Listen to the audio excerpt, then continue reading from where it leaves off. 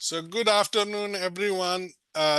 Welcome to the Initiative for Agency and Development IfAD Public Talk Series, Fall 2024. We are today pleased to have someone who I have admired for the last 20 years. So Caren Groen from Brookings Institution. As many of you know, particularly my student here, that what I think about Caren, but just to give her introduction little bit, Caren is currently the senior fellow at Brookings Institution.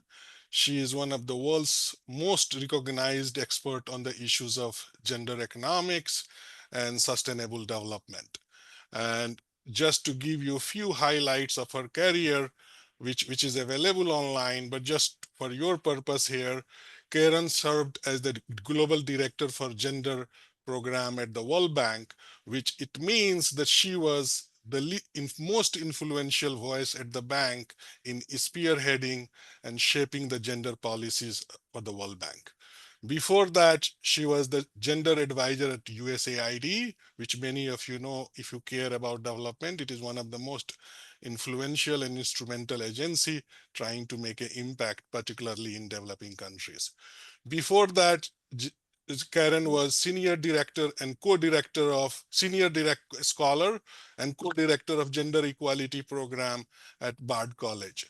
She was also the director of poverty reduction economic governance team at International Center for Research on Women, which is one of the most prestigious center on the issues of women. She is author and co-author of several seminal books, which you should check online, which I'm not going to recount, and that have been very influential in thinking. And I myself have been influenced by this. Today, Caren is also the member of Economic Advisory Council of Millennium Challenge Corporation, and I have the pleasure of being on the same council. And and Caren has a doctorate and master's in economics from New York School for Social Research and bachelor in political science from UCLA.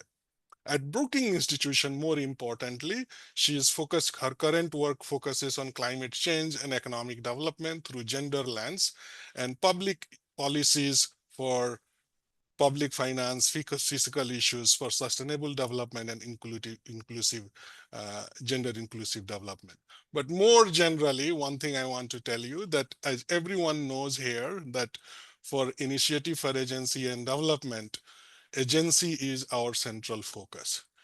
If you ask me to name top 5 people in the world who have made transformative impact on improving women's agency, one of the person is Caren. And not only in terms of her scholarship, which is everyone knows last year, we had Claudia Goldin, who got Nobel Prize for her research in economics. That was path-breaking. And Claudia Goldin has shaped how economics profession and international development thinks about gender. Where Caren comes into the picture is she's not just a scholar. She has been at the forefront of designing, developing, advocating policies that are central to women's empowerment and gender equity. So as you can see, I am really thrilled that Caren is able to join us today. She's right now, I'm assuming, in DC. I have been trying to get her for last 1 year, which may share with you, but for one reason or another reason, we could not do that.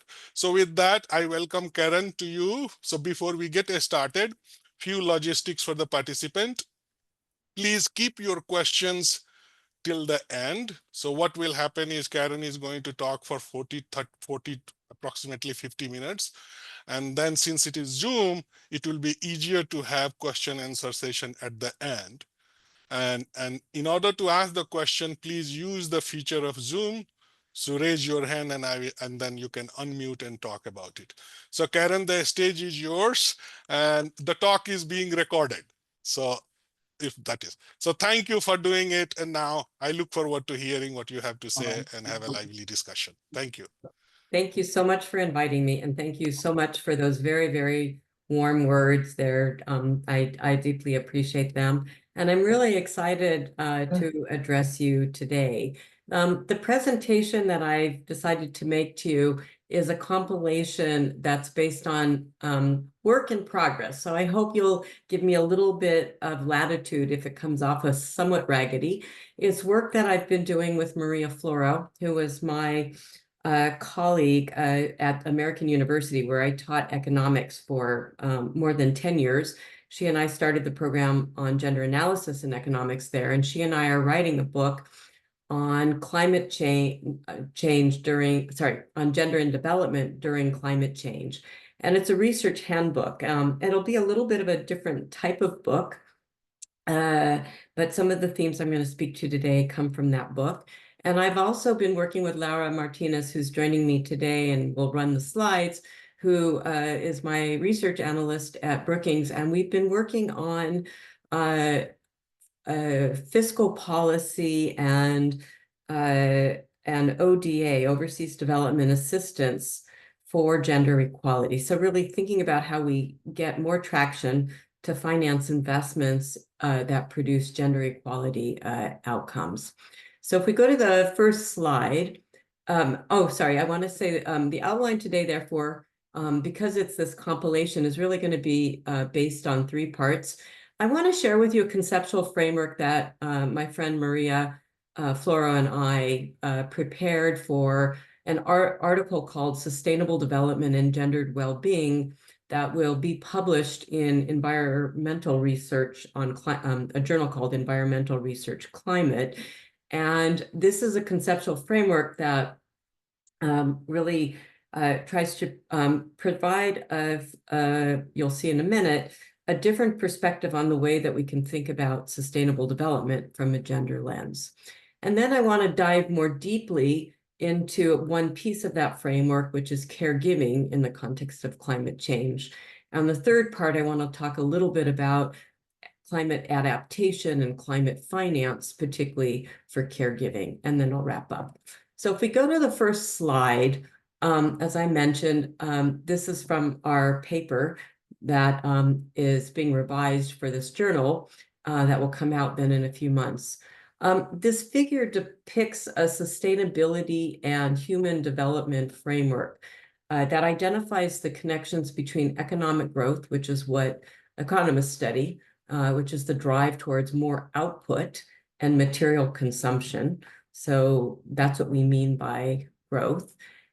Accelerating fossil fuel and natural resource extraction, increasing sinks and wastes, along with environmental degradation, and the feedback effects on human development and well-being. And this framework that we developed tries to bring attention to the norms and social relations that vary across settings and that permeate economic institutions and activities that do result in differences in well-being between males and females. So our framework follows the practice within ecological economics of embedding the economy as necessarily existing within a social system that is also embedded in a larger planetary system. And human systems, such as the economy, refer to the series of interrelationships among individuals, groups of individuals, and institutions, including the activities of extracting, producing, and consuming. And this system operates and functions within the Earth system, what we call the global ecosystem, in which energy and matter and the material flows of the natural world are governed by physical laws. I don't know how many of you read Herman Daly, but we drew inspiration from his work of 50 years ago. So in other words, the planet Earth is a thermodynamically closed and non-materially growing system. And this means that there are limits to the biophysical throughput of resources from the ecosystem. And as they're used and consumed in the economy, they go back to the ecosystem as waste material and heat.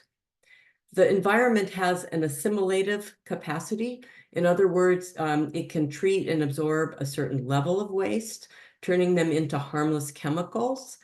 At the same time, the ecosystem services are limited by the biological processes that underpin them. And when the use of resources exceeds the carrying capacity of the planet, the process of assimilation is overwhelmed. And many planetary resources, including the oceans and the atmosphere, are shared and finite. So if we go inside no, sorry, Laura, I'll tell you when to go.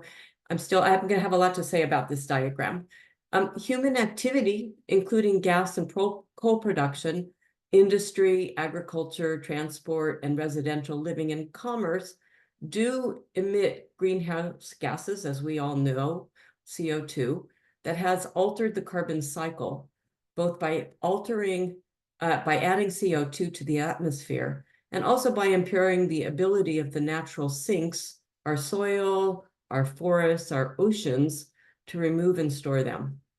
And just a point, the IPCC, whose work I track now, estimated in 2022 that 35% of the world's population live in countries that emit more than 9 thermocarbon-2 emissions per capita, while 41% live in countries that emit less than 3% per capita.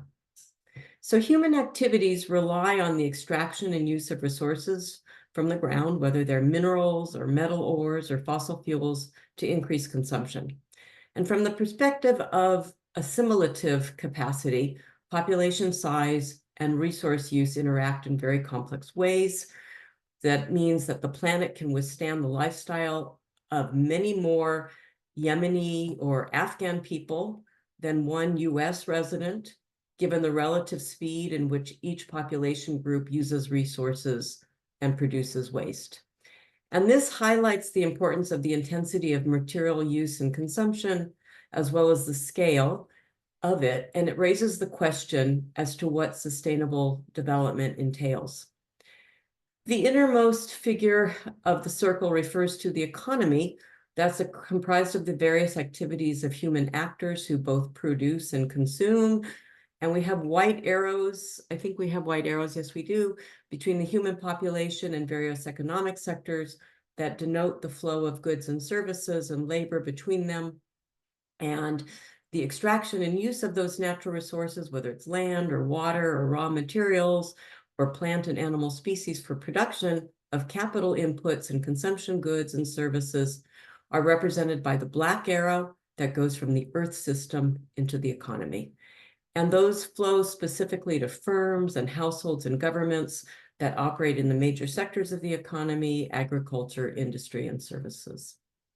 Now, while every country in the world appropriates natural resources to produce goods and services to meet the demands of both domestic and foreign consumers, the intensity of material use and consumption levels varies quite widely. Global material extraction increased from 32 to 95 gigatons per year between 1970 and 2019. Sorry, I didn't have data later than that in this paper, due to the growth of non-metallic construction materials in upper middle income countries. But the basic needs of large segments of the global population remain unmet. And I think everybody is largely aware of the global inequalities between the global north, which has very high resource extraction and throughput and material use, and those inhabitants of low-income countries. The black arrows, which flow from the economy to the Earth system, indicate that all matter and energy used in human activity is returned to the ecosystem as waste and heat, filling the waste sinks of ecosystems on land, in bodies of water, or in the atmosphere. The red arrows represent feedback that can limit the functioning of the ecosystem, leading to heat waves, air pollution, and water pollution, among other adverse effects. And as O'Neill and his colleagues suggest, it's in something called the planetary boundary framework, which we like a lot and use in this one paper that I referred to. Most ecological problems are caused by filling waste sinks and or reducing their capacity to regenerate. And that causes problems in 3 different ways. Resources can be degraded and be made less available for harvesting. For instance, the case of fertilizer runoff that creates dead zones. They can also make resources more vulnerable to overexploitation, such as when pollution pressures are combined with increased fishing. Second, waste and the depletion of natural resources adversely affect production processes by lowering the productivity of those processes, reducing output, and restricting access to certain resources. So, for example, increased frequency of climate-induced weather conditions, whether it's drought or flooding, make it much harder to transport raw materials to facilities, and that can reduce agricultural output. And it can also dry up sources of water on which many households, particularly in low-income settings and in rural areas, rely. And third, climate hazards affect the physical environment in which consumption, production, and the activities of daily life take place. And that degradation is through the degradation of environmental amenities, such as clean air or clean water. And the erosion of amenities impacts production, but also the very conditions of human development and care provisioning. And I'm going to talk a lot more about care provisioning in a few minutes. More frequent natural disasters and heat waves increase the incidence. I'm going to show you some data on this, of illnesses and disease such as malaria, dengue, which is due to the degradation of the environment. And they can also affect the mental capacities and the ability to engage in activities like kids going to school or doing household chores or participating in paid work. So in other words, human development is compromised when planetary boundaries are transgressed. And the other thing that I wanted to point out is that the diagram captures the ways in which economic actors and their production and consumption activities also reflect gender inequalities and social gender norms. Gender norms being part of the larger part of this broader social system that you see in the purple, that's outlined in the purple color. Socially and culturally constructed norms of behavior and attitudes define men and women's roles, their relative status, and expectations of their behavior. Norms influence how much access men and women have to resources, their decision-making abilities, and their relative positions within the economy and in society. And these norms permeate institutions, including households and communities and businesses and markets. So for instance, gender norms produce unequal divisions of household work, with women largely doing more of the unpaid and subsistence work and using their unpaid labor to transform goods and services in the production and maintenance of the labor force that's necessary for economic activities in agriculture, manufacturing, and services. And goods and services that are produced by firms and governments, such as food or education, may not be shared equally within a household. Small businesses and informal enterprises are largely women-owned in many countries, and women are often concentrated in certain occupations that are deemed to be an extension of their household roles in caregiving, and they typically are paid lower wages compared to men. So given gender norms and inequalities, women and men have differential access to resources, to consume differential amounts of raw materials, and they may have different levels of human development that are affected by climate change.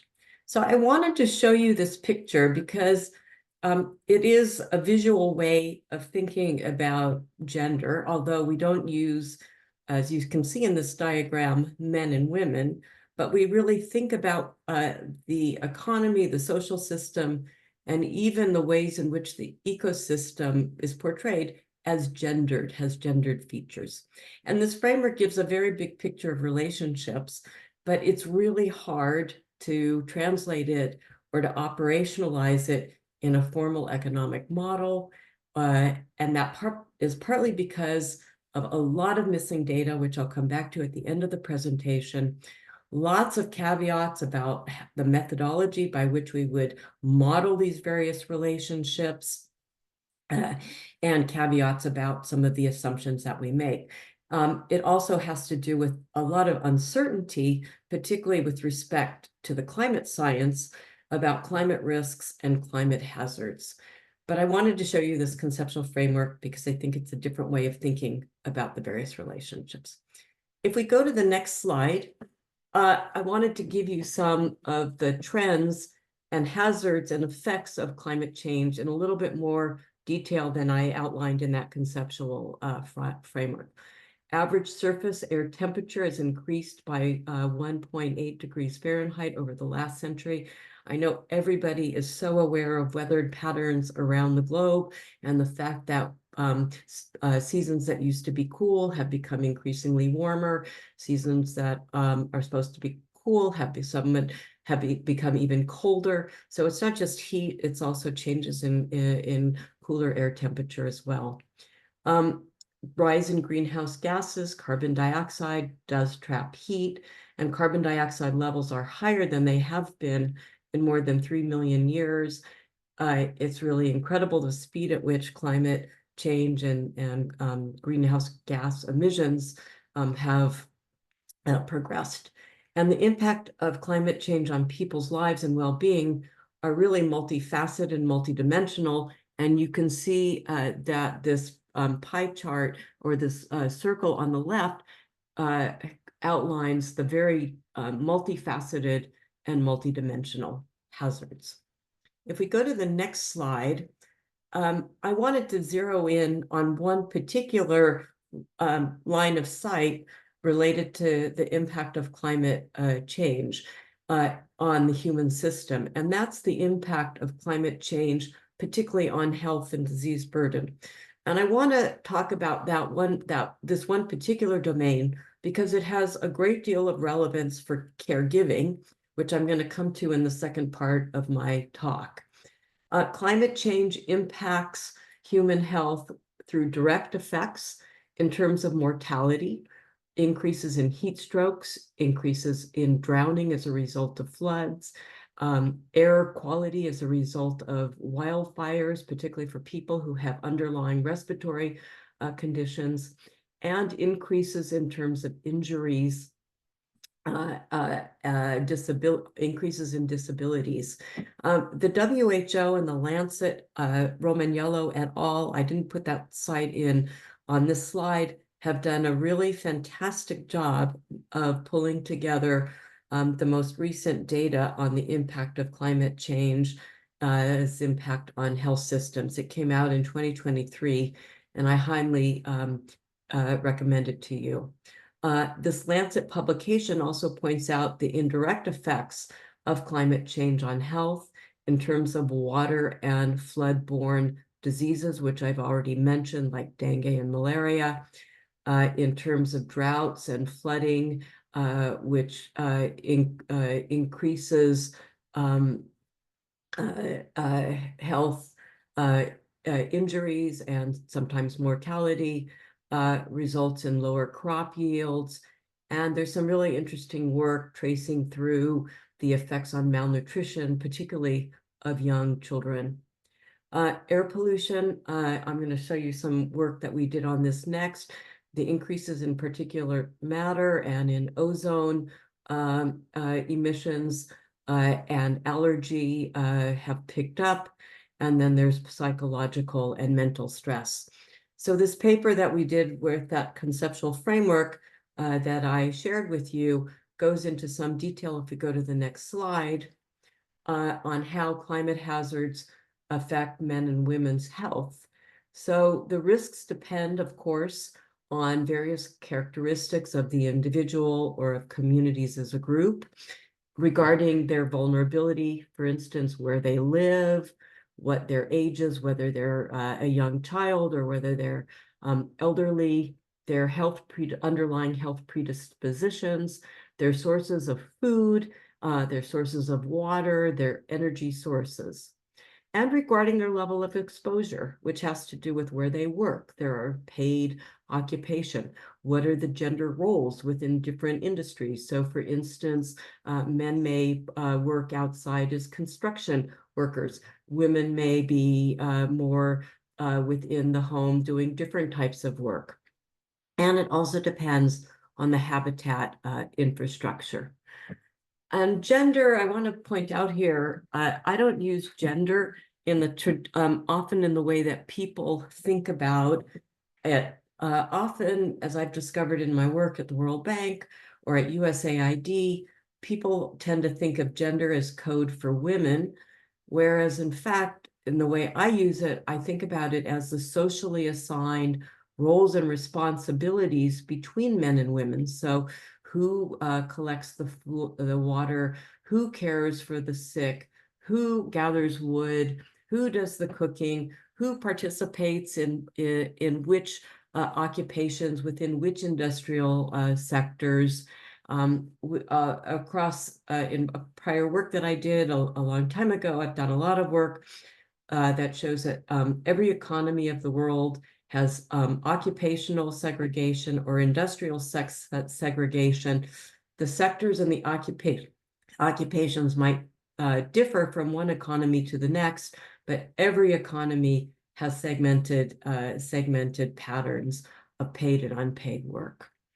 So regarding mitigating the effect of climate change on men and women's health, a person's access to resources or their means of addressing the type of illness or the type of injury depends on their wealth, on their access to health care, on recovery care. And I think the fundamental point for me is that differences in individual characteristics have to do with or are brought about by existing economic, racial and ethnic, and social and gender inequalities. So it's always important to not generalize necessarily about all women and all men. Sorry, Lara, I hadn't quite finished. All women or all men, but to really think about these intersectional characteristics of income level, of race, of geography, and so forth. So let's go to the next slide. In this paper, we mapped male ambient and household air pollution, which is not necessarily directly attributable to climate change, but exacerbated by climate change, air pollution mortality rates relative to female ambient and household air pollution mortality rates in 2019, which was the year of our study, in 178 countries. And to our surprise, it was really interesting, this mapping of pollution mortality rates. If you look at the red, which is the male mortality rate, less than the female mortality rate by over 10 percentage points, there are only 4 countries where the male mortality rate is less than the female mortality rate. Far more countries are on this dark blue line where male mortality rates are much greater than female mortality rates by over 10 percentage points. And that's 127 countries around the world. And then if you look at the pink and the yellow and the blue, you see some other patterns in between these levels. But I didn't think that when we looked at the data, we didn't think that the mortality rates would be overwhelmingly male. And the reason I was surprised is because in the gender and climate change literature, there's this trope that women are disproportionately affected by climate change in a number of ways. And I think what we have to think through is the ways in which males and females may be disproportionately affected in different domains and health status, whether it's mortality or morbidity, and not think of it as just a one-way categorization. So I thought this chart was particularly important to show. If we go on to the next chart, we did some correlations between household and ambient air pollution mortality rates and PM 2.5 concentration levels, again in the 173 countries in the atmosphere. And you can see that all of the correlations are statistically significant for both men as well as in terms of male mortality and female mortality rates. Statistically significant, but somewhat higher for females than they are for males. And you can see that in terms of the T statistic. Now, why is this different than the other chart is that we can decompose, although it's much harder to get the data, the ambient air pollution, which is likely affecting more males than females, but the household air pollution disproportionately affects women. And why is that? Because 4 billion women around, 4 billion people around the world, largely women, are subject to unsafe and dirty, clean cooking and clean energy sources. And for women who don't have clean energy and do their cooking inside their houses, there's a lot of spillover effects in terms of respiratory illnesses and that lead to premature mortality. If we go to the next slide, I want to now turn to what are the implications of all of the increases in illnesses and mortality. And before I do, let me just say one thing that I think is important. We tried in our paper to get information on sex disaggregated morbidity rates in terms of who suffers different kinds of illnesses as a result of climate change. Our data source is the World Health Organization, and at present they only compute male and female climate-related mortality or air pollution mortality and ambient air pollution mortality. There's nothing that we could find in terms of cross-country data on morbidity. And we think morbidity is probably really an important way, because we know from male and female physiology that there are different patterns. So we think this is a particularly ripe topic for future epidemiological research. The increase in morbidity and mortality, or just morbidity and mortality, has a lot of important implications for care work. So I thought it would be useful for this group to introduce to you some of the feminist economic literature on care. Care is the provision of services to individuals who aren't able to do things or to care for themselves. And it's work that involves labor time. It's often considered as referring to activities that involve, quote unquote, looking after someone else in a variety of ways. In other words, all the activities and relationships that are involved in meeting physical needs, psychological needs, emotional needs of dependent adults, children, sick, elderly, and so forth. And this is known as direct care in the literature. There's a typo there. Healthy adults also need care in the form of cooking, washing clothes, gathering water and fuel, and subsistence in economies that are still subsistence-based in terms of cleaning houses. And this is known as indirect care work.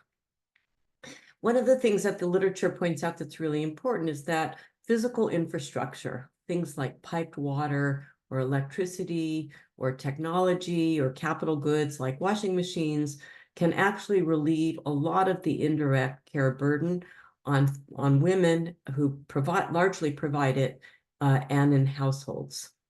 And care labor, is important to point out, is both paid, and we see this in national income and product accounts in sectors like education and health and various social services, other care-related occupations, but a large amount of it around the world is unpaid. It happens in the household, and it happens in terms of volunteer work in communities. I don't have any slides on this, but there's a lot of literature that looks at time use data around the world that shows the extent to which men and women participate in both paid and unpaid care labor. And the data show that on average, probably women provide several more hours than men per week on unpaid caring labor and on this indirect care work. If we go to the next slide, I want to make an argument for you that care provisioning provides externalities. Some of us in the feminist economics literature argue that care work impacts the economy and affects the labor force participation, especially women, along with economic growth. There's a fairly big literature that shows that without care, the paid economy cannot function. So it's the labor that happens on a daily basis. When we think about it from aggregate macroeconomic terms, the labor that reproduces a person's ability to be nourished, to be healthy, to go out and work at their job every single day of the week. But there's also intergenerational effects of care in terms of the raising the next generation of the labor force. So there's been a fair amount of work that shows how care work is instrumental and intrinsic to the functioning of the paid economy. Care deficits, by contrast, can lead to things like lower life expectancy, can lead to chronic illnesses, can lead to poor quality of life. And there's a fairly interesting literature in feminist economics, but also in health economics that show these correlations. It's interesting. I'm not going to say anything about the fertility rates. I'm going to skip that for the moment. So in the sense of care work impacting the economy, reproducing the labor force, raising the next generation of productive, economically productive and active workers and citizens, care services are public goods, and their provisioning is the responsibility of society as a whole. So if we go to the next slide, I wanted to show you this visual that I've adapted, my colleague and I, Maria Floro and I adapted from the sources at the bottom from Climate Change and Health, but it's also adapted from a framework called One Health Planetary Systems for All. And it shows you that climate change can actually increase the people's vulnerability to people's vulnerability. It has impacts on exposure pathways, and it has impacts on care systems. So this is just a visual depiction of some of the channels. And I think this would be a useful depiction of ways that demographers and epidemiologists can come together to model some of the impacts. Next slide, please. Climate change, therefore, impacts the demand for care. Water shortages and lack of fuel resources, for instance, increase the time spent in gathering water and fuel. This has been well documented in some parts of sub-Saharan Africa and South Asia, countries like Pakistan and Bangladesh. Increases in illness and communicable diseases can increase the need for sick care. And in many low-income countries, healthcare systems are inadequate already and may be stretched as a result of climate change impacts. Increases in injuries may result in increases in the need for care for disabilities. And I should mention that while I'm talking and isolating out climate change, some of these impacts also have to do with conflict, and conflict and climate change intersect, unfortunately, in parts of East Africa, in parts of West Africa, in parts of the Middle East. So there's an important set of intersecting relationships there, but I'm abstracting from those at present.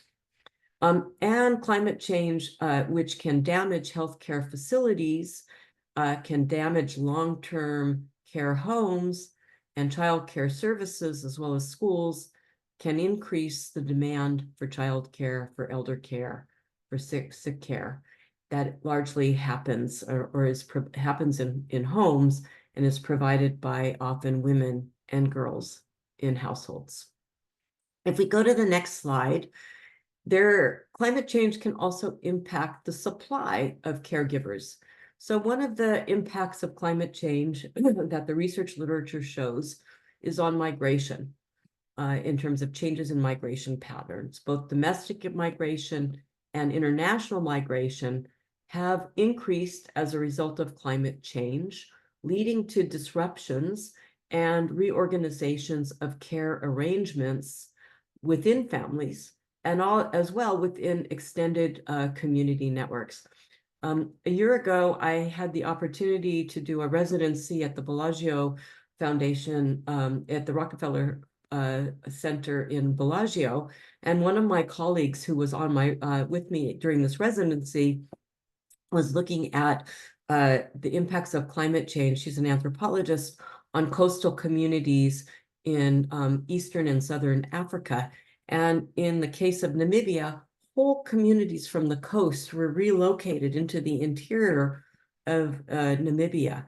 And she was able to document in her ethnographic field work the strong disruption in care arrangements, in norms, because these communities no longer had access to their livelihoods, to social networks, and kin relationships that were quite disrupted. So as a result of migration, depending on who the migrant is, and the literature is mixed on this, in some cases, women leave communities, leaving men behind. In some cases, men migrate out of climate, for instance, climate rural areas as a result of drought or floods to find work in the cities, leaving women and children behind. But depending on who the migrant is, climate change can increase the care labor of other family members. So there's been some documentation that girls and boys may be withheld from school in order to care for younger siblings.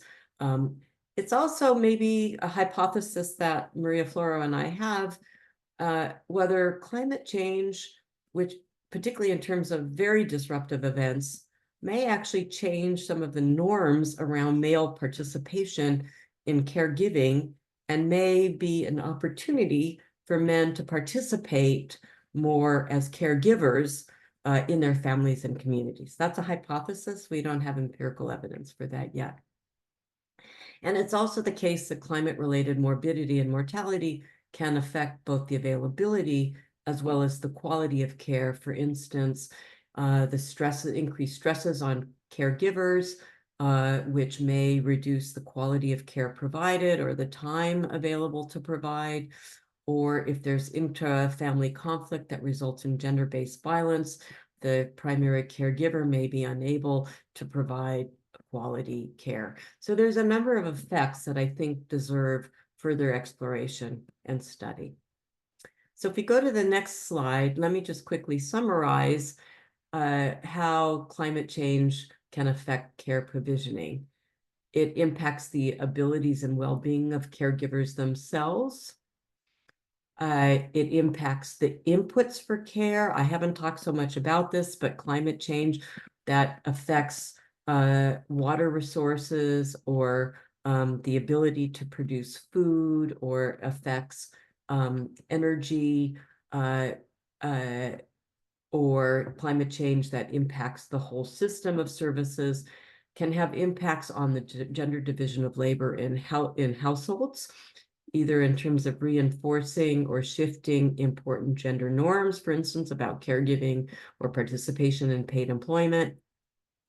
Can damage care facilities, as I mentioned earlier, can reduce food security to households, and may change eating patterns if households reduce food consumption or prioritize certain family members like children to get scarce food resources, and can have disruptions or breakdowns in community care and support networks. So these might be sort of generalized types of impacts, but all of these effects are complex, and I have to emphasize context specific. And some of them may matter more in some contexts than others. And when I say context specific, it's not just at the national level. It can be context specific by geography within countries. So the northern part of a country versus the southern part of a country. And that's really important. So we have to take into place spatial variation, income variation, climate variation. All of these things are context specific. There's also a great deal of uncertainty regarding, as I mentioned earlier, in the climate science literature. And so figuring out how you would respond to these different estimates may be challenging depending on the climate risk models that are used or the nature of the climate hazard. The effects can be multidimensional. It may not only be one effect, but several effects operating at the same time. And I think it's important to say that these effects can be short-term and long-term. Some of these effects can actually last generations. So for instance, if you think about kids that are pulled out of school and don't have a chance to go back or have incomplete learning, that will affect their productivity and their ability to participate in paid employment in a subsequent generation. Next slide, please. I now want to turn to the third part of my presentation, which thinks about care after giving you this really snapshot of care in the context of climate change. Can we think about care as a sector for climate adaptation finance and adaptation planning? And I want to spend a few minutes to talk a little bit about the field of climate change adaptation first. If we accept the argument that care services are public goods and the provisioning of the responsibility of society as a whole, it needs public support and particularly public finance, whether it's development finance or whether it's climate change finance. But we know from a fairly large literature that care services are undersupplied for a number of reasons, both on the demand side and the supply side, in terms of cost being a barrier, in terms of access being a barrier, in terms of quality being a barrier. But care services are undersupplied. We have a great study that my former colleagues in the World Bank did in 2020, De Vericelli and Beaton Daly, that showed that the unmet demand for childcare, we're not even talking about care for those who have disabilities or long-term care for the elderly, unmet demand for childcare alone is substantial, with more than 40% of children younger than primary school age, about 350 million children globally needing childcare and not having access to it. This number is a global number. Of course, there's variation by different countries at different levels of development, with different fiscal systems, with different public services, and so forth. But this is a very large figure. And the supply of childcare services is very hard to measure across countries due to data limitations. But one study of elder care, and I meant elder care services, not childcare services, one study by Jonathan Gruber that is published by the National Bureau for Economic Research in 10 countries shows that, and largely high-income countries, shows that it is largely informal and provided by families or unpaid caregivers, largely women. So there's a very important undersupply of elder care services, whether they're long-term care homes, whether they're adult daycare services. And this is exacerbated in many middle and low-income contexts. The next slide, please.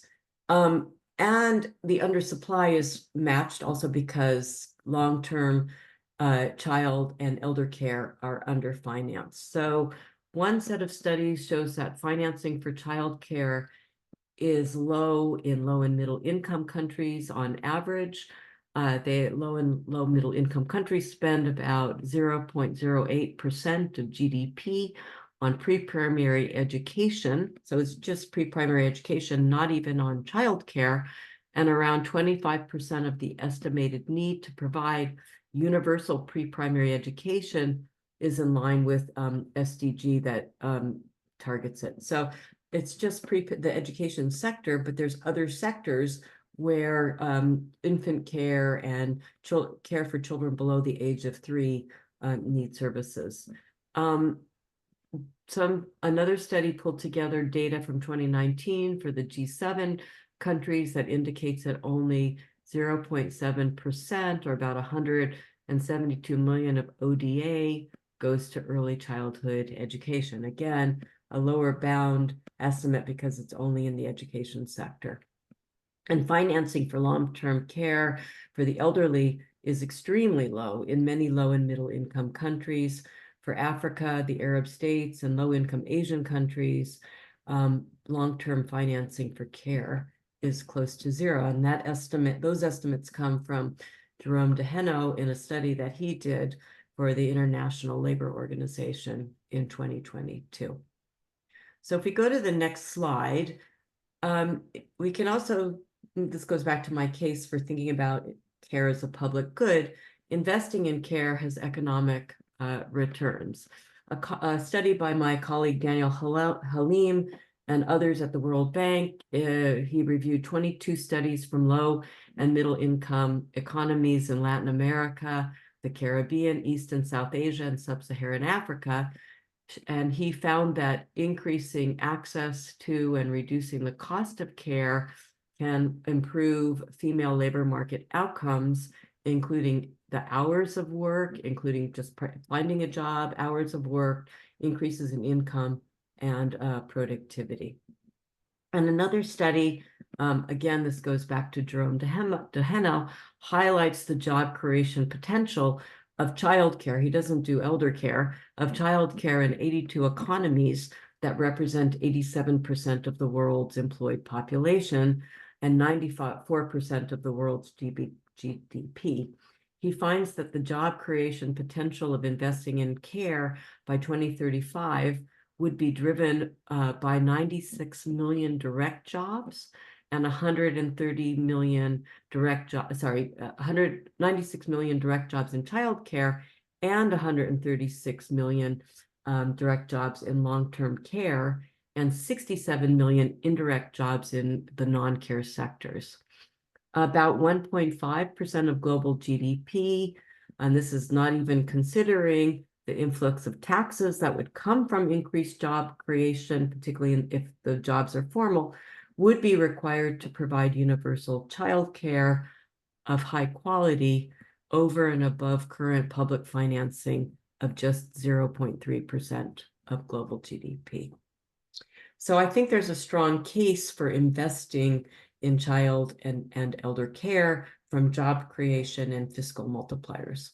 If we go to the next slide, I asked the question earlier, can we think about climate adaptation finance also incorporating care?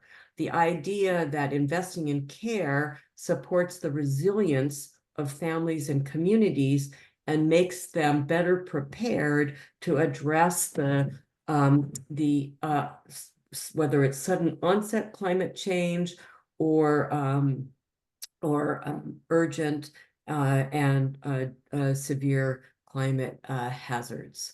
So adaptation is defined by the International Panel for Climate Change as adjustment in natural or human systems in response to actual or expected climatic stimuli or their effects, which can moderate harm, essentially increasing resilience, or exploits beneficial opportunities. And they go into some detail on various types of adaptation, which I'm not going to go into here. They also discuss that adaptation finance is finance for actions that help communities and households reduce the risks they face and the harm that they might suffer from climate hazards like storms or drought. So it pays for things like better housing, retrofitted infrastructure, and other things. Estimating climate adaptation finance presents a number of challenges.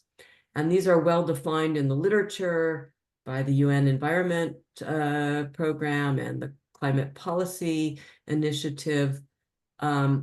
It's hard to measure because there's no one global quantitative goal for adaptation.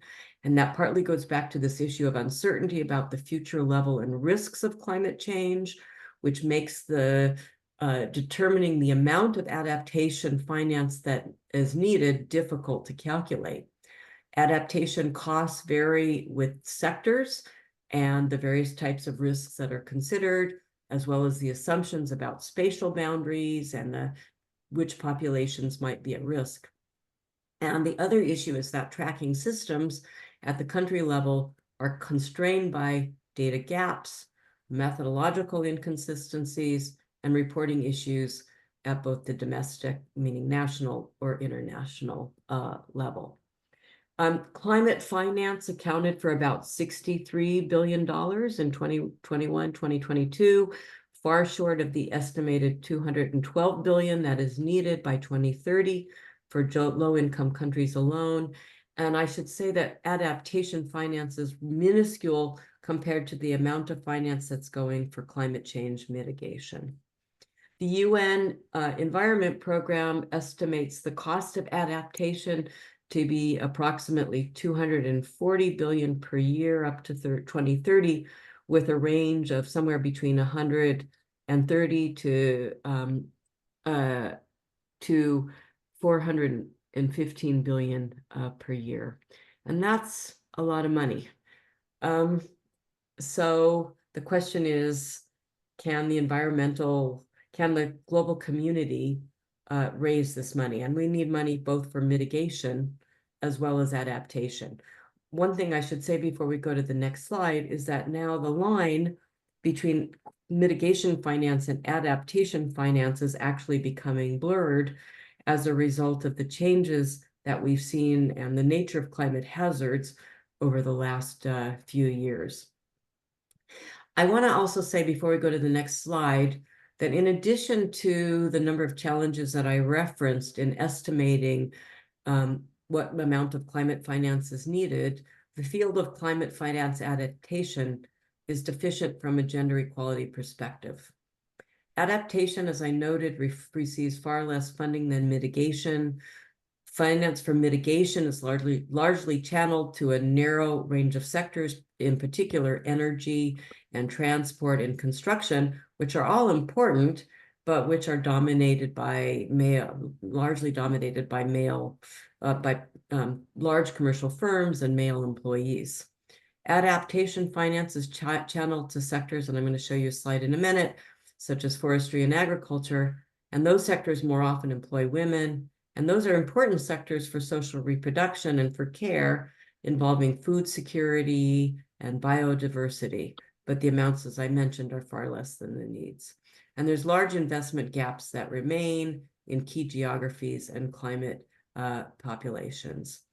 So let's go to the next slide, because I wanted to show you the sectors that are costed for adaptation finance. And you can see the way it breaks down in terms of coastal zones, rehabilitating coastal zones, river beds, fisheries.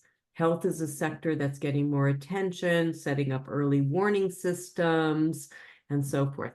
But you can see and you can see the amounts of money that have been estimated that are needed, but you can see that care as an economic sector is glaringly absent. So what does this mean and what can we do? I'm going to go to my last few slides so we have some time for conversation. Adaptation finance, I wanted to show you, is concentrated by income level and geography, and I wanted to point out particularly to the bar graph on the far right that shows you where adaptation finance is particularly going. It's going to the higher income countries with a relatively small share to the lower income countries, and you can see on the bar on the far left the type of sectors that it's going to. And then the middle bar shows you the geographic breakdown. So there are inequalities in the climate adaptation finance system as it's currently working. If we go to the next slide, one of the things that's really important to point out to link to the earlier part of the presentation is that care provisioning, care services are predominantly provided at the local level. If you think about childcare, people look for care services close to home, long-term care or adult daycare, again, close to home. So it's important to be able to think through how finance can get down to cities and to municipalities. So just generically, in the research that I've done, there are very few cities or municipalities that have estimated the costs of a local care system.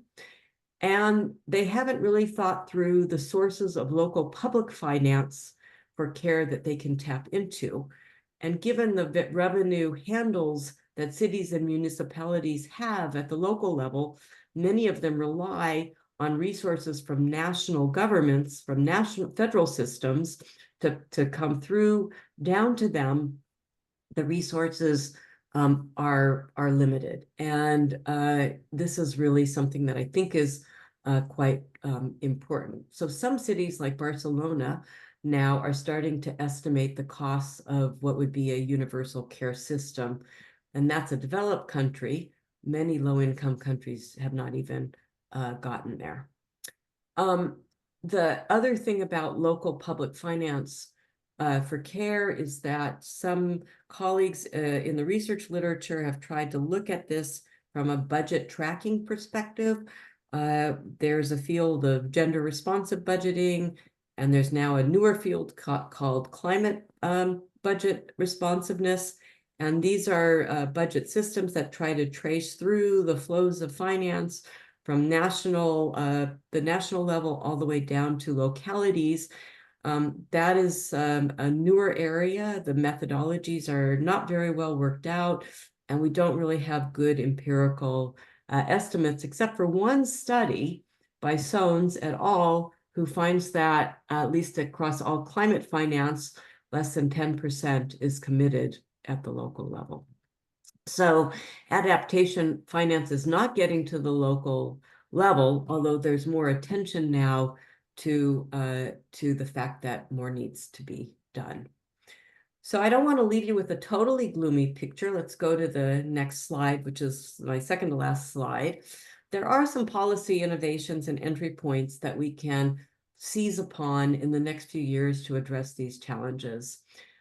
Countries are in the process of preparing what are called their nationally determined contributions for climate mitigation and adaptation, and incorporating a more robust approach to care services in this next generation, starting in 2025, of countries' NDCs would be a very useful exercise. UN Women has done some really interesting work at reviewing the last generation of NDCs, and it's really shocking how few of them actually address unpaid work and care. So going forward, we have a real opportunity, but we need a lot more data for that to happen, and we need to have some stronger methodologies for the estimation of what the costs would be. At the local level, I wanted to mention one initiative in which I'm involved that I think is really exciting, that integrates care and climate adaptation planning. There's a network called Change, City Hub, and Network for Gender Equality that's setting up learning labs right now in 3 cities, in Barcelona, Santiago, Chile, and Manila in the Philippines, that are looking at bringing together people who work on climate change adaptation and work on care together in terms of planning, whether it's disaster risk preparedness and response planning, whether it's in general in the city's master urban plans. And they have a number of ideas that cities can undertake, that can pilot, that would bring what we call climate adaptation and care co-benefits in terms of bringing together local data, dashboards for city planners to use, whether it's in the ways that cities both build and prepare for shelters for extreme events like flooding, in terms of managing energy poverty. And this is an initiative that they hope, after these pilots will be done, can be taken on by larger actors like the World Bank and UN Habitat. So if we go to the last slide, I just wanted to wrap up to say, back to where I started with my conceptual framework, that sustainable development, I think, involves a more nuanced and much more visceral picture, like that diagram, of the multi-level interdependencies and relationships of life, of economic life, and care of the planetary systems. That takes into account the interdependencies not only between market and non-market sectors, but also between the human system and the ecosystem, that understands how these interdependencies operate at multiple levels, from national to subnational, and involve dynamic feedback loops, compelling us to just take a broader perspective of the consequences and outcomes of policies and human actions. And it does require policies that reallocate resources to support adequate care, provision of both people and the planet. And it requires the integration of the costs of raising that next generation along with the costs of maintaining the resilience and carrying capacity of the environment. So let me stop there. I know it was a wide-ranging presentation, but I hope it has sparked your interest and gives you a number of different ways to think about the issues. So thank you, Caren. As I suspected, and I was hoping it was going to be deeply inciting, triggering, and inspiring. So this is not surprising to me, and this was really thought-provoking. So before, I learned a lot, and I have a lot more questions, and I will follow up with you through emails and other one, but also I will ask some of it here. But before I do that, let me open this for everyone to, if you have a question. So anyone who has a question, please raise your hand and unmute yourself and ask. Let's see. Let me.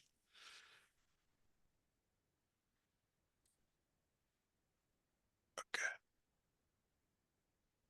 Okay. So Caren, before people are thinking, let me few takes away from me, which is a highlight. And I teach, I think I have mentioned, may have mentioned to you, I teach a graduate development economics class at, and one of the focus, more than in the past years, I try to talk about gender dimension of development, and particularly the perspective you highlighted.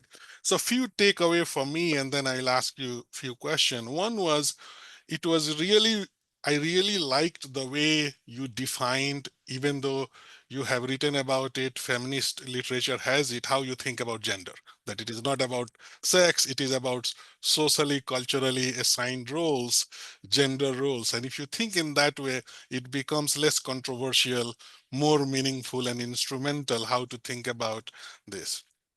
The second aspect, which again, it became very the first, it was wonderful that you, when you put the graph, your framework that gave us the picture contour of analytical linkages that you see. And particularly for me, it was very important that the way you defined that individual characteristics is largely driven by socioeconomic inequalities that in turn affects access to opportunities and resources, and then you intersect with climate change and it has gendered climate impact, the other one.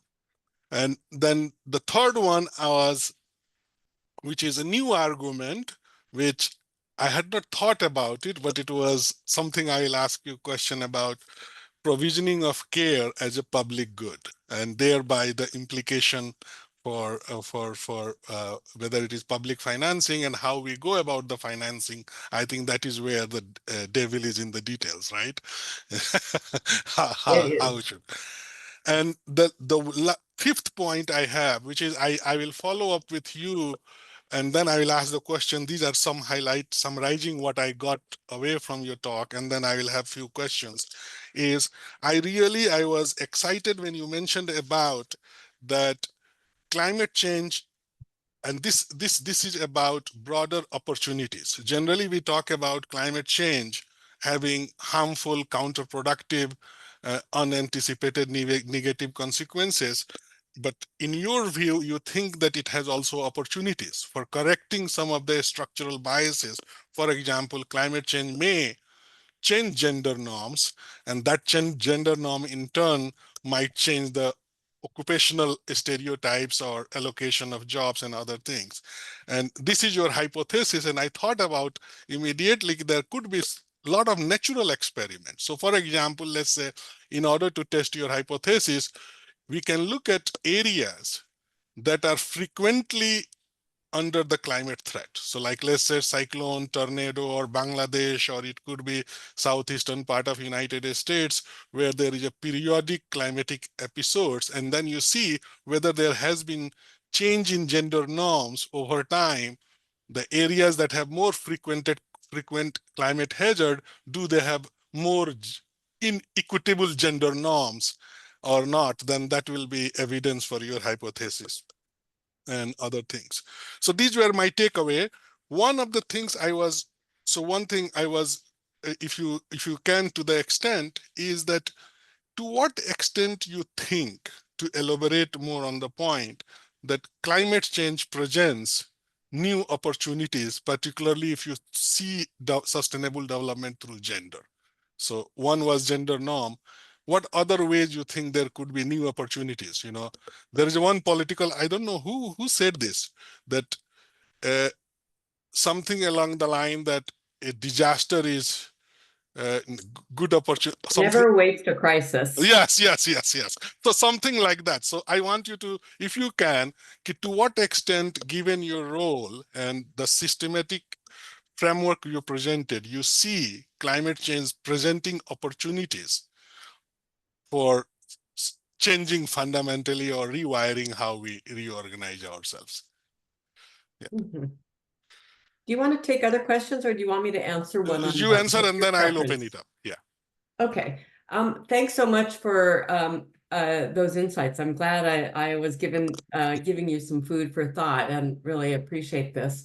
Um, first of all, I want to pick up on your third observation about provisioning of care as a public good. The devil is definitely in the details. And to say, this is where I think we can argue for, first of all, when I did a lot of work on public finance when I was in the bank. And, low-income countries can't pay for their health and education and social protection systems. So how do we think about care in that context, particularly care as a system, which it really is a system? And uh, and I think one of the issues there is thinking about it in a temporal context. It may be difficult in the short term to think about it, but in the long, and there's a mismatch there, but in the longer term, it can actually start to pay for itself.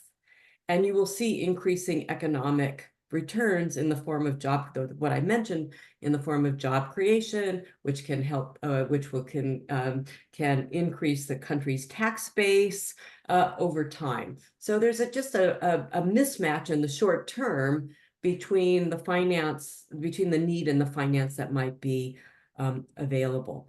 I think we've had some progress in around the world in some countries, in high-income countries, but also in emerging market, less so in low income, of moving to pre-primary education, at least that 3 to 5-year-old population, as part of an education system. So it's part of the early care and education system. And there's more finance there, but we still have the gap for the 0 to 3. And of course, care for elderly is really just completely not there. And I have to say the challenges for that, I didn't mention this, are even more extreme when we think about the demographic transition that's happening and the increasing aging of populations, not just in parts of Europe, but in huge parts of East Asia, and even in other parts, in countries in other parts of the world. And we are going to have a huge need for elder care services, because right now, a system of informal care where women and some men drop out of the labor force to care for aging parents is just not sustainable in the longer term. So I think we need a lot more attention to this. Okay. I do think there may be, as much as I dread the costs and the disruption because of climate change, I think we do have to think about how we use these moments as opportunities for change. I do think changing gender norms is important. but we can use it as an opportunity to revisit what we're doing in the education sector. Can we ensure that women and younger females are being trained in the STEM fields? Are we ensuring that as we provide internships and apprenticeships, that they're getting access to the new quote unquote green jobs that are being created? So it's not just the norms, it's actually the practice. If a country's investing in job training services, it's a deliberate intentionality about changing the design and changing the way these services reach different segments of the population. Of course, norms change is going to be helpful for that going forward. But there may be other examples that I think are important in terms of setting up. I think this is an opportunity for paying attention to care in a way that COVID for me was, if I used to think if COVID didn't show the demand for care, show the need for care, we're sunk, right? Because we knew the care crisis as a result of COVID. But climate change and demographic change represent another opportunity to get care squarely on the policy agenda. Oh, thank you for this. And now I'll go and ask One. You can unmute yourself and ask away. Thank you very much, Professor Tohid, and it was a pleasure uh, attending this session. Very informative, in fact, and glad to know that two of our Economic Advisory Committee members are on this session. So delighted to be here. I did put my comment in the chat, but just wanted to vocalize it. And it's related to the lack of financing for the long-term care for the elderly in some of the lower middle income countries in Africa and Asia. Usually it's associated with the cultural norms in those countries, especially in South Asia and Central Asia that I'm from. Our elderlies are being taken care by the women of the family. And now my question was that did your paper look into the additional burden that the uh, additional burden that women have to carry on to care for other elderly, or the injuries and disabilities caused by the climate change driven disasters, like just like flood, for example, flood or hurricane, that then women need to take on. And uh, it's also associated with the cultural norm and their uh, the society that they live in. They cannot adapt or suddenly adopt to a new uh, norm of getting care somewhere else for their injured family members or elderlies. So did your paper look into that too, or take into consideration those norms that may exist? Thank you. That's a great question, and I should have the one paper I referred to doesn't, but in our book that we're writing, which is going to be published by Edward Elgar next year, called Gender and Development During Climate Change, we do address your questions, and we've, there's some really interesting. You're absolutely right. There are social norms in many countries, and including of the elderly themselves, that elder care has to be done in families.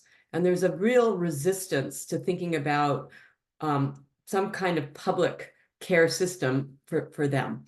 But I have to say that in places like South Korea right now and Japan, which I know because I'm on an advisory committee of a project that's working intensively in some of the East Asian countries, which have this large demographic shift, they're doing small steps to try to get the norms to change. So it's not so much putting the elderly in a long-term care home, but at least providing adult daycare services for some part of the day. So that can relieve the burden on a woman who, because these countries also have low female labor force participation. So if you can have an adult you can at least free up women's time for part-time work, even although, the trade-offs that couples make in terms of part-time work is conditioned or driven by many different factors. But some of those things are really important. If you can also marshal peer effects, so you don't just do it for an individual household, but you do it in a community at a time where friends are doing it and going, you have more acceptability. We're finding there's more acceptability of some of that kind of service. I also think that some of the research literature shows that for elder care, more so than for children, more men are involved. And I think it's using that as kind of a norms wedge to help change the norm that men should be caregivers, not just of their parents, but of their children. And the World Bank, where I used to be, has what's called the Behavioral Change Lab. It's called ImBed, and they're doing some experiments just on this issue in terms of norms change around some of these issues. The other thing that I wanted to point out from your comment that I think is really observant is that climate change hazards in the form, for instance, of temperature rise and heat disproportionately affects young children and elderly. And when you think about New Delhi, for instance, which has had hugely hot temperatures that is very humid, and schools close, who has to take care of the kids at home? It's women.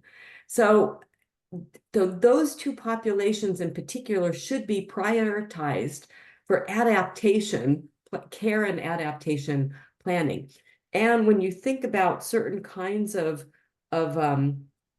morbidities, as we call them, injuries, the elderly are at extreme risk for some climate hazards, which demand a certain level of care that the health system, which is undercapacitated in many places, just can't handle. So again, reverts back to unpaid care work at home. And so this again is like you start to think about these things and you go, wow, yeah, where is the planning for this? Where is the finance for this? And I think that's where we again have to go back to kind of the national level, but we can't stay at that level. We have to go within countries. And I agree with you totally, however, that in a country we have natural experiments, and there's really interesting work coming out of India and Bangladesh right now on this issue of care, maybe not about norms change, but at least about care as a result of some of the climate hazards over time. Let me stop there because I know we have a few more questions. So Caren and One, I had one thought and I wanted to see what you thought about it. I think that one of the the underlying issue is also about recognition of the work. What is work, right? Yeah. So like, for example, let's say, even in Western countries and OECD in Scandinavian countries, we have very well developed, particularly in Scandinavian countries, is elderly care, which is publicly financed. So one idea would be that if care is given by, as One was saying, that cultural norm, for example, Costa Rica, in India, that in some countries, there is an expectation that elderly parents will be taken care of by their children. And there is an emotional attachment, cultural value attached to it. So I think that can you think that one of the solution is recognize it? The public healthcare system or government system recognizes that if elderly parents are being taken care of by their children, you pay for it. Our system pays for if they go to the old home care center, but if it is taken care by their son or daughter, they are not rewarded for it because that is taken for it. So the solution would be something along that line. Can you think of that possibility? I think that's a really important thing. And one of there's something called the 5R framework for care: recognize, reward, redistribute. And then there's the other issues of representation of caregivers and policy dialogues, which is important in terms of that. So I do think the recognize has to do with the time use studies and satellite accounts. I think the reward has to do with the value that should be accorded and how we make public finance more accountable. So those things I would fully agree with. Okay. So William, you are the next one. Go ahead, unmute and ask your question. Can you hear me? Yes, yes. Okay, good. So I speak this question in the context of the United States. So in the United States, for the upcoming generation, where there is increased competition in the job market, housing shortage being debated, and also a large elderly population to take care of that has costs of social security and care being incurred on our current generation. And then considering that there was a brief mention of the fertility crisis, do you think that a declining population could actually benefit future generations since the costs incurred by social security and care um, would decrease and resources could be allocated in a more efficient manner? What a great question. We have a chapter in our book on demographics and climate change. And while we're mostly focused on low and middle income countries, I think it's a really interesting question because we do have fertility. I mean, the issue, countries are, I know you're talking about the US, but there are countries where if you look at even our world in data, you can see the population pyramids and how they're changing for each country around the world. And countries like Japan and China and Singapore and Malaysia, where fertility is below replacement level, they are really worried. And their solution, and I'm going to come to this in a minute, is to try to get women to have more kids. Even Russia is right now trying to get women to have more kids. This is a strategy that I don't believe will work. I think violates women, the way it's done, violates women's human rights.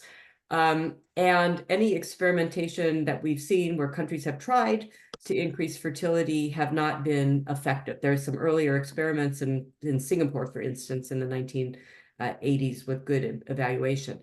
So what's the solution? I think one of the issues here, and I'm not the political scientist on this, but I think we need to really think through changing the rules of the game with respect to migration and international migration, and how we have flows of capital that are relatively unimpeded, but flows of labor are relatively impeded across countries. And we need to think about that. In a country like the US, I don't know how much you know this, much of our care labor is provided by immigrants. They come from the Philippines, it comes from the Caribbean countries, from Central America.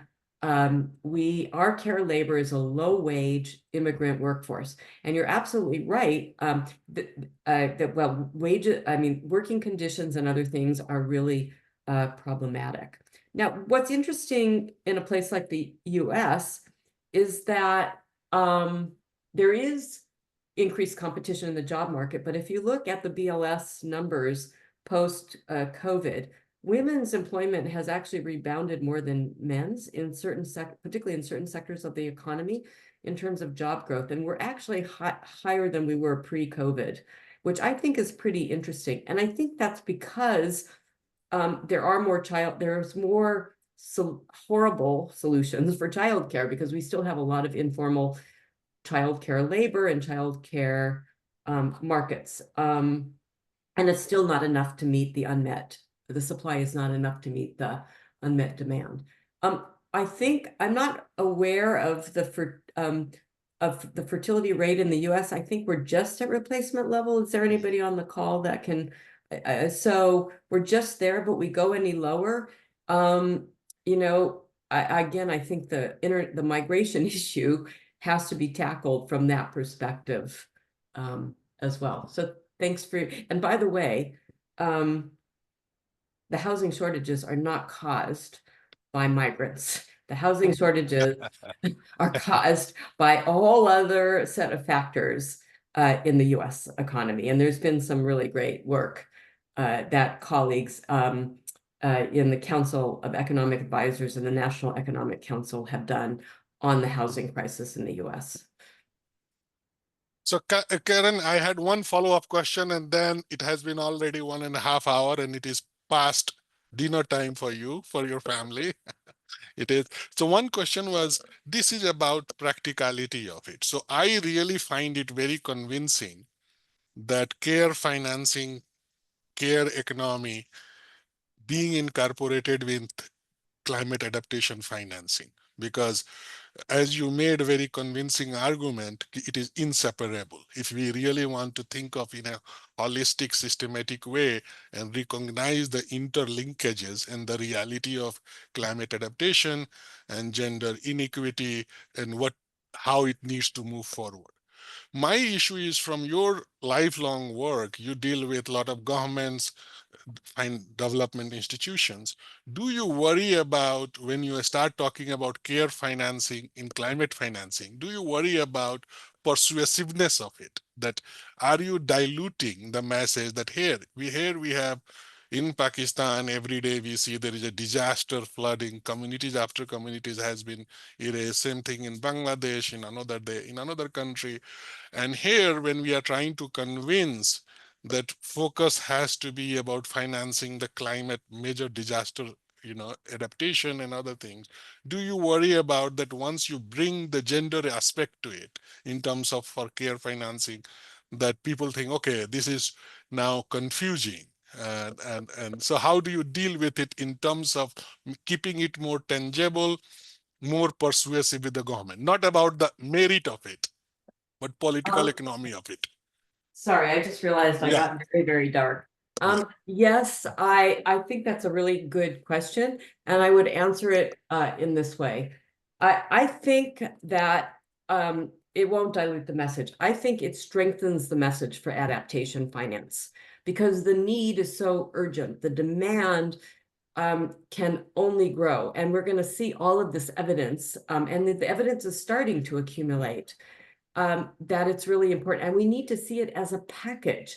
And I think if we see it as a package, there are going to be, although we haven't figured out how to do it yet, the synergies across the investments in different sectors that maybe we will have, it will take advantage of the costs and so not seeing it as on its own, but something that is quite interdependent. And when I think about, it, unfortunately, in adaptation finance, big actors and big parts of the economy get it to the disadvantage or the detriment of really the low income. The inequality that exists, as you saw from that chart, are really astounding. And I just think that if we can package this in the right way and talk about it as interdependent, intersecting, we get more allies as well, and people to see it. So I've been very engaged in the Finance for Development process this year. There's a Financing for Development Forum that's taking place in Spain next year. It's about how we increase finance for the SDGs. And it has a focus on domestic resources and on ODA, but climate finance is also part of this mix. And I've been socializing this idea, and people are generally receptive because they haven't seen it in this way before. Okay. Okay, with this, any other final questions before we end?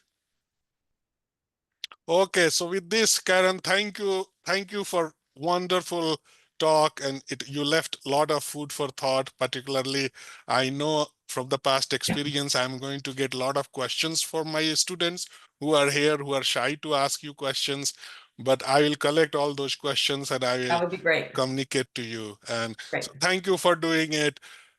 I am sure, I'm just for my colleagues and students who are in this room, that I promise you that I will force Caren to come to Arizona in person, I'd University of love that. Arizona, and probably when your book comes out, that will be a That good would be great to do a book launch there. Yes, so we Really will do that. fantastic. And I see that Sarkan has a question. I Sarkan, think he's go ahead. clapping. Yeah, it's Oh, not a he's clapping. question. Okay. It's not a Okay, so question. Thank you thank you very for much for doing, having Caren, me. and thank you, and good night. I will see Good you in night. DC, I'll look hopefully. forward to the next opportunity. Thanks again. Thank you. Thank you. Bye-bye. Good night. Caren, oh, dang. Professor.